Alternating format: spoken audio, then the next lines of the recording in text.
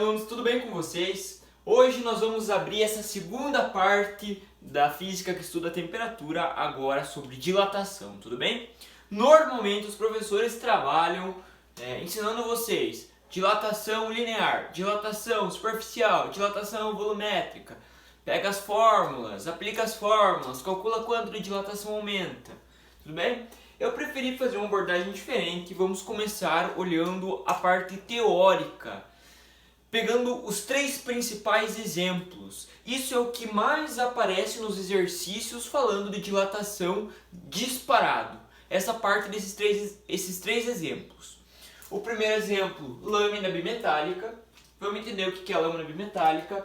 Esse anel de Gravesend, que pode ser chamado de várias formas também, calotas concêntricas, enfim, você vai encontrar vários nomes, o nome não importa. E nós vamos dar uma olhada na dilatação aparente também, tá? Essa aula está bem especial, então eu espero que você assista ela até o final, para que você consiga absorver o máximo de conteúdo dela, tá? O material ele não substitui a aula, ele está ali para auxiliar vocês podem fazer a leitura, ele vai complementar o estudo. Vamos começar falando então sobre as lâminas bimetálicas. O que são lâminas bimetálicas? A gente vai fabricar uma lâmina feita de dois metais, tá? É uma propriedade da matéria a dilatação. Tudo na natureza dilata, tá? Se eu aumentar a temperatura desse canetão, ele vai dilatar, tá? Do canetão mesmo, ele dilata. Só que às vezes dilata num tamanho imperceptível. Agora, as dilatações de metais, elas costumam ser um pouco maiores. Eles costumam ter coeficientes de dilatação maiores. E por isso, eles conseguem fazer dilatações maiores, tá? Existem três tipos de dilatação. Dilatação linear, superficial e volumétrica. A dilatação linear em linha, tá? Por exemplo, num fio elétrico. O fio elétrico que tem lá no poste de luz, eles têm que fazer o cálculo de dilatação, porque senão, imagina, esse fio ele vai aumentar, chegar no momento que ele vai encostar no chão, tudo bem? Então eles têm que fazer um cálculo de dilatação.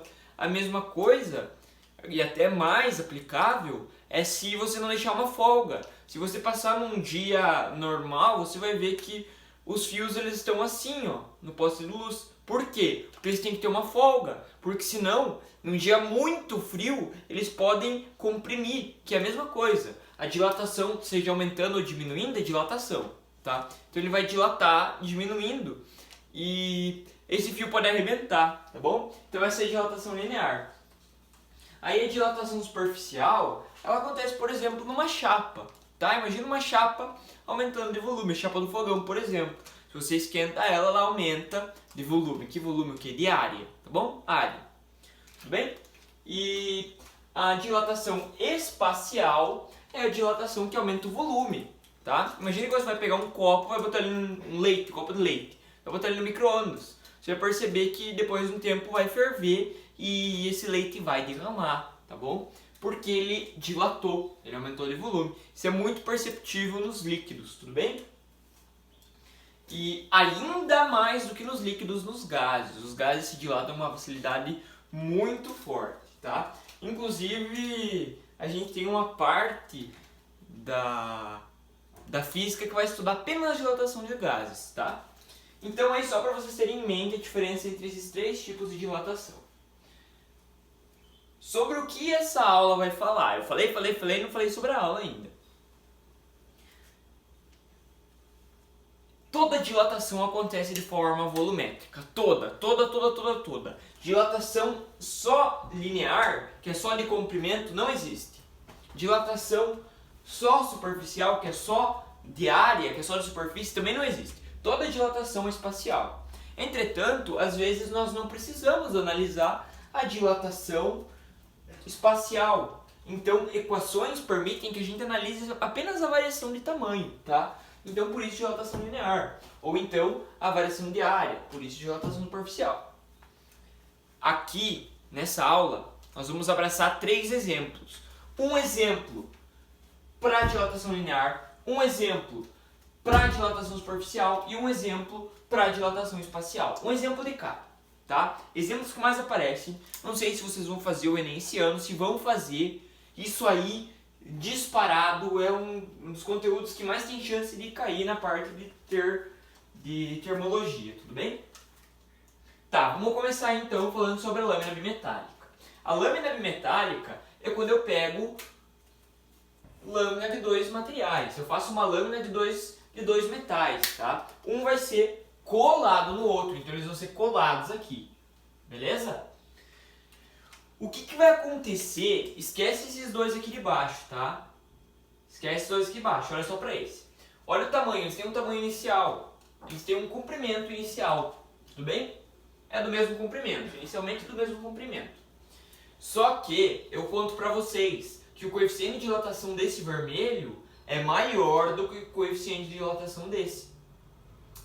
O que significa que esse vai dilatar mais do que esse. Ou seja, ele vai aumentar mais o seu tamanho do que esse. Então, quando eu der temperatura para essa chapa, é natural que um deles vai crescer mais que o outro. E quem vai crescer mais que o outro? A 1 tem um coeficiente maior, então a 1 vai crescer mais que o 2. Certo? Tá. Já contei para vocês que elas estão coladas, tá? Elas estão coladas. Na lâmina metálica está sempre colado. Então me diz aí, qual das alternativas está correta? Letra A ou letra B? O que vocês acham aí?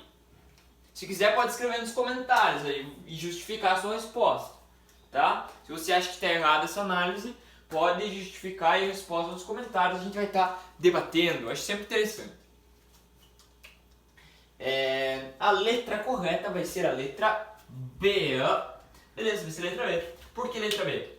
Porque elas estavam coladas, né? Então, veja, a dilatação vai acontecer, esse ponto e esse ponto eles têm que estar juntos. E a de cima vai crescer mais, então veja, ó, quem está por fora sempre cresce mais. É só você pensar naquele exemplo do corredor. O corredor, você nunca pensou, por exemplo, se tem dois corredores, eles estão em duas raias aqui. O corredor que está na raia de dentro, ele vai ter que correr menos do que o que está na raia de fora, tá? Por isso que normalmente eles atrasam. Esse aqui vai sair um pouquinho para frente. Esse aqui vai sair um pouquinho para frente. E vai chegar um pouquinho antes também, porque ele tem uma distância maior para correr, tá? Então o que acontece aqui? Esse aqui, o de fora, vai ter uma variação de tamanho maior, mas eles vão continuar colados, tá? Qual que vai ser a aplicação disso? Não tem conta aí, tá? Só para avisar, é tudo teórico. Qual que vai ser a utilidade disso? Torradeira, ferro de passar e chaleira elétrica. Veja, tudo associado à temperatura e eletricidade, tá? Quando você tem que, sei lá, passar alguma coisa de seda, tá? Vai passar alguma coisa de seda. A seda queima se tiver uma temperatura muito elevada. Então você tem que regular o ferro de passar para conseguir passar na temperatura ideal para a seda. Como que ele mede a temperatura ideal? Porque ele programa uma chapa metálica que chega no momento que ela vai aquecer e vai chegar na temperatura desejada. Então ela vai desligar o circuito, tá? O circuito não é quando tem um metal ligado. Então ele estava reto, estava ligado. Aí ele entortou e desligou o contato com a corrente elétrica. Tudo bem? Então ele vai desligar o circuito e vai estabilizar a temperatura. Até que, conforme a temperatura do ferro vai baixando, essa lâmina vai voltando ao normal até que liga de novo o circuito. Tudo certo? Mesma coisa vai acontecer na torradeira, igualzinho, aquele momento que ele desliga a torradeira, que muda a luzinha, muda a cor da luzinha, é porque ele chegou na temperatura. Ou você acha que a torradeira é inteligente, ela sabe que ela torrou o teu pão. Não funciona assim. A chaleira elétrica, também mesma ideia. Você vai botar ali, quando atingir a temperatura de, sei lá, 100 graus, caso seja uma chaleira que ferve, ela vai desligar, tá bom? Então, essa análise que nós temos que ter aí, tudo bem? Agora eu vou falar um pouco do anel de Gravesend. O anel de Gravesend ele trabalha na dilatação superficial, tá? É um experimento que se a gente tivesse uma aula presencial, não sei se tem no laboratório, mas se tivesse a gente com certeza faria, porque é uma experiência bem interessante, tá? Pensa aqui, ó, eu tenho um anel que tem um buraco dentro, beleza? Essa haste é só pra gente segurar, conseguir passar um dentro do outro. E aqui a gente tem uma esfera que tem exatamente o mesmo diâmetro desse vão aqui, tudo bem? Então se eu pegar essa esfera, eu posso passar ela dentro do anel. Ela vai passar bem rente ao anel, tá? Vai passar bem rente ao anel, beleza? Tá, pensa comigo, o que vai acontecer se eu esquentar essa esfera e tentar passar ela pelo anel? O que vai acontecer? Essa esfera vai dilatar, então ela vai ficar maior. E quando eu for passar ela dentro do anel, ela não vai passar. Beleza? Agora, voltei o anel à temperatura ambiente, o anel não, a esfera à temperatura ambiente, e agora ela já passa de novo ali tranquilo. Agora, se eu quiser esquentar esse anel, se eu esquentar esse anel, eu esquento esse anel, o anel vai dilatar. Quando eu for passar a bolinha ali dentro, ela passa ou ela não passa? Responde aí, ela passa ou não passa? Se você respondeu não passa, você está no meu time, porque quando eu estava no ensino médio eu também achava que não passava. Você pensa, vai dilatar, essa parte de fora vai dilatar para cá e a parte de dentro vai dilatar para cá. Está errado, incorreto. E a forma de comprovar isso é através do experimento do anel de Gravesend. Quando você aquece esse anel aqui, você vai conseguir passar com muito mais facilidade, inclusive. Tá bem?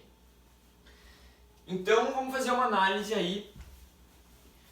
Conclusão: aquecimento de um anel faz a cavidade aumentar, o buraco aumenta. Tudo bem? O aumento da temperatura desse anel, então, vai fazer com que a cavidade aumente. Não tem segredo aí não, tá? A cavidade aumentou. Agora, como que você faz para aceitar isso de forma tranquila? Imagina, ó, tá vendo isso aqui? Aqui ele tem um furo, aqui ele não tem um furo. É o mesmo material. Um não tem furo, o outro tem um furo. Agora, se você pegasse essa porção aqui e analisasse aqui, ó. Se ela fosse preenchida do material, você concorda que ela ia aumentar? Ela ia aumentar. Você não percebe essa chapa, quando ela dilata, você não percebe ela descolando, ou saltando, ou apertando, ou torcendo, porque uma empurrou, porque essa parte de fora empurrou essa parte de dentro. Isso não acontece. Ela dilata tudo junto. Olha só essa parte aqui, ela não dilatou? Então, é a mesma análise que você tem que fazer para esse vão vazio, tá? A mesma análise que você faz para o vão vazio. Agora, qual que é a aplicação disso? Um copo grudou em outro por estar molhado. Vai lavar a louça, coloca um copo dentro do outro, através de pontes de hidrogênio, eles vão se ligar. Como é que você vai fazer para soltar eles? Você pode aquecer o de fora. Se você aquece o de fora, ele vai aumentar, ele vai dilatar e o buraco dele vai dilatar também. Então você vai conseguir tirar. Tudo bem? Outra aplicação, para abrir um vidro em conserva, tá? Pensa aí, você vai aquecer o quê? Você vai aquecer a tampa ou vai aquecer o vidro? A tampa é como se fosse essa esfera aqui, ó. Esse anel aqui. A tampa é como se fosse o anel. E dentro do anel está o vidro, tá? Então, se você aquece a tampa, ela vai liberar o vidro. Tudo bem? Antes o vidro estava aqui, ó, desse tamanho, estava bem apertadinho. Agora você aqueceu a tampa, ela liberou o vidro. Tudo bem? Vamos dar uma olhada então na dilatação aparente agora. Cara, esse exemplo também é bem interessante. Todos são, na verdade. É a aplicação linda dessa parte. E a gente vai aprender a calcular os valores a gente vai aprender a jogar valores para isso aí na próxima aula. Eu tenho um copo de água, ele está cheio. O copo de água está cheio. Eu coloco ele no micro-ondas e eu percebo que ele dilatou e parte do material vazou, tá? Então, uma quantia de água vazou aí. Como que eu consigo descobrir o valor? Como que eu consigo descobrir quanto do líquido dilatou? Você vai me dizer, é óbvio, professor, é óbvio, porque quanto dilatou? Essa quantia que caiu foi a quantia que dilatou, porque ele estava cheio. E a partir do momento que eu coloquei no micro-ondas, ele continuou cheio, só que uma parte caiu. Essa foi a dilatação da água. Errado, não foi, tá? Se a gente considerar, a gente sabe que todo material dilata, é natural. Se a gente considerar que o copo não dilatou, tá aqui a primeira análise. Se o copo não dilatou, então ele vai continuar desse tamanho aí. O copo continua desse tamanho. Então quanto de água vai ter dentro do copo? A mesma quantia de antes. Tranquilo. E nesse caso, eu posso dizer que a dilatação da água foi a quantia que caiu. Agora, se o copo dilata, que é o que vai acontecer 99% dos exercícios, eles são assim. Eu só paciência aqui para vocês terem uma análise comigo. Agora, se o copo dilatar,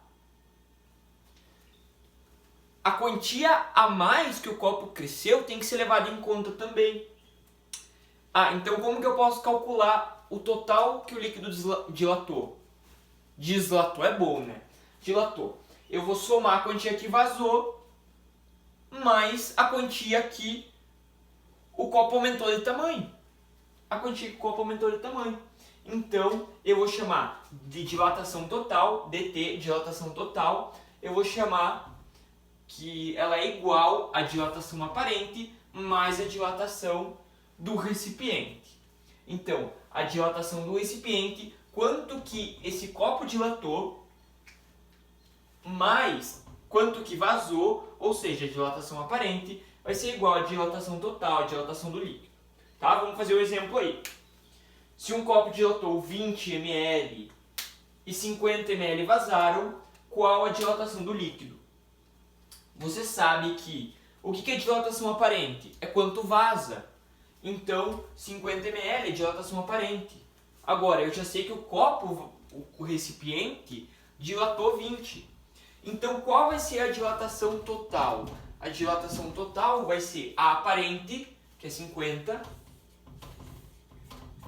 Ela aparenta, você consegue ver, por isso é aparente, mais os 20 da dilatação do recipiente.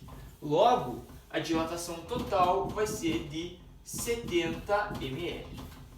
Tranquilo? Não se preocupem com valores por enquanto, na próxima aula a gente vê. Mandem suas dúvidas, espero que vocês mandem mesmo, tá? O pessoal tá mandando pouca dúvida, eu acho que a gente precisa trocar mais contato, tudo bem? Grande abraço, valeu!